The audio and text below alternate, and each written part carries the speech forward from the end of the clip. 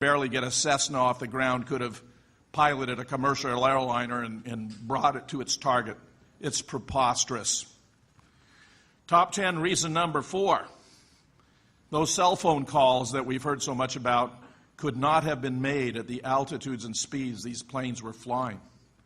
A.K. Dudney, a professor of computer science from Western Ontario, has taken cell phones of different makes and models on different flights around the country and discovered at altitudes above 2,000 feet and speeds above 230 miles an hour that cell phone connections become fewer and farther between. They would have been impossible. And that, of course, would include the one you've all heard about from alleged passenger Mark Bingham, where he calls his mother and says, "Mom, this is Mark Bingham." You believe me, don't you? Top 10 reason number 3. During the trial of the alleged 20th hijacker, Zacarias Moussaoui, a tape recording was played, allegedly from Flight 93, which included the passengers discussing how they were going to attempt to break down the cabin door using a drink cart. One astute student of the case wrote me to point out that this was ostensibly a cockpit voice recording, and that cockpit voice recorders do not record voices in the passenger compartment. Top 10 reason number 2 why these hijackers appear to be fake.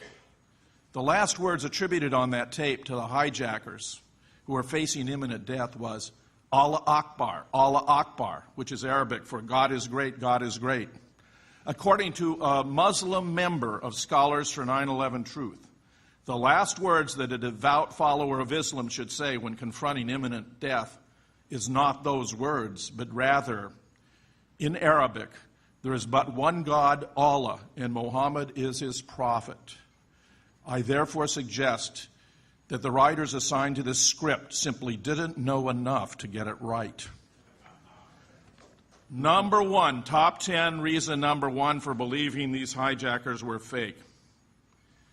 Zacarias Moussaoui, this April, was subjected to a trial to determine whether he should be punished by life imprisonment or even death for not coming forward to reveal the plot, which the government maintained, had he done, would have enabled the government to have intervened and saved lives. I make 3 observations. A year before, April last, Zacarias Moussaoui confessed to a different plot. He had acknowledged that he had been involved in a plot to fly a plane into the White House in order to extort release of a terrorist, a sheik who had been imprisoned for terrorist activities in 1993. He denied he had anything to do with 9/11. That is the crime to which he confessed. A year later, the federal government has played a shell game, and now they're insinuating and implying he had something to do with 9/11. As my good friend Webster Tarpley has observed, this man had no obligation to come forward and to confess his involvement in a plot, even if he had been involved in 9/11. We still have something here known as the Fifth Amendment. He had no obligation to incriminate himself. Third, and most tellingly, and this must have been incredibly embarrassing to the government, an FBI agent testified he'd been following Moussaoui. He'd been observing him taking this flight training. He had suspected that he might be involved in a terrorist plot, even to fly planes into the trade towers, though he suggested later that was merely a lucky guess. He testified under oath that he had told his supporters, his superiors, about his suspicions, not once, not twice, 70 times. And I say to you, 5 or 6 might be excused as ordinary incompetence. 20 or 25 may be criminal neglect. 70 times has to have been a matter of direct policy, deliberate policy. They were keeping these guys in reserve so they could use them as their cover story when the government itself perpetrated these dastardly terrorist acts. All right. Webster Griffin Tarpley has been writing for over 25 years on government and state-sponsored and criminal network terrorism. He is an expert in uncovering how governments and how private corporations carry out false terror attacks, murders, other criminal activities, and then blame it on their enemies. He is the iconoclastic Webster Tarpley, an activist, historian, best known for his George Bush, the Unauthorized Biography, which was an underground bestseller and classic. And we are honored to have him here with us today. Against Oligarchy, a collection of Tarpley's essays and speeches, appeared on the internet and has also been a huge success at waking people up. He is the author of 9/11 Synthetic Terror, Made in the USA.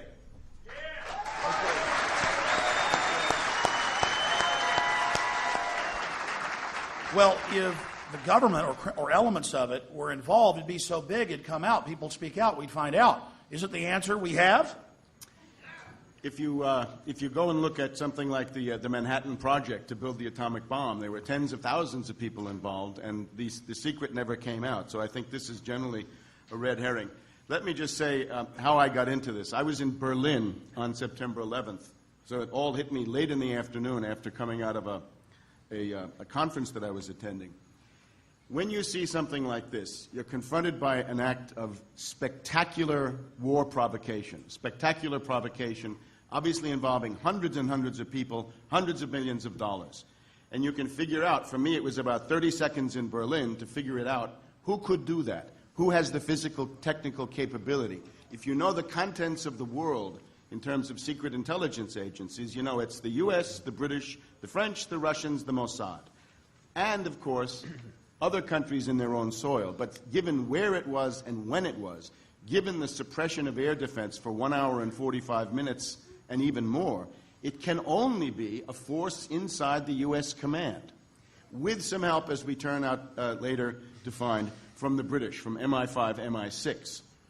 Now, the goal of this is obviously to bring about the war of civilizations, the Samuel Huntington thesis, the Wolfowitz doctrine about never letting any other power in the world get even regional predominance, and then the PNAC documents which publicize this entire thing.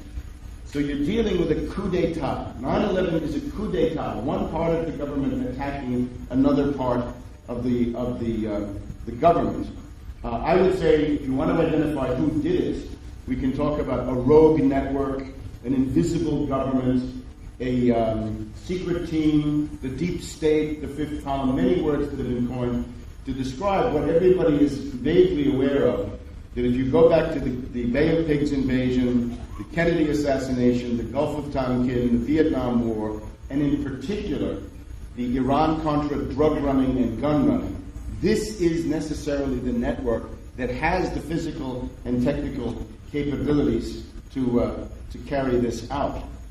Now, I came to this from having studied NATO spheres of influence terrorism in Central Europe, the Moro assassination, the Red Brigades in Italy, the Baader-Meinhof group in Germany, and also the Iran-Contra questions. And when you look at it from this point of view, there's a prima facie conclusive case that the only agency that's capable of doing this is one cutting across the Department of Defense, the CIA, the NSA, the National Security Council, and so forth. Now, that hypothesis has to be then tested by a rigorous research, which I tried to do for my book, 9/11 Synthetic Terror, Made in USA, and I think the finding is now conclusive. If you look at the absurdities of this story, we're given 19 patsies, a lot of them basket cases, a lot of them very low-grade subjects, a lot of people who would have difficulty even getting through a normal day without some kind of support, right? Some of them couldn't get a driver's license probably in any state except possibly New Jersey. So they're very low-grade subjects, and we're told that these 19 patsies were able to carry out these spectacular feats. The fact that they lived on military bases and were trained on military bases and were, I believe, reporting to terrorist controllers and case officers inside something like the Able Danger organization. You've also got the fact then of 1 hour and 45 minutes with no air defense. You've got the fact that the buildings had to come down through controlled demolition. It's a physical anomaly, as Professor Jones has said. It's clear also that there's no Boeing aircraft at the Pentagon, but rather something much more like a cruise missile. And finally, in Shanksville, the airplane has obviously been destroyed in midair, probably shot down, probably blown up in this way.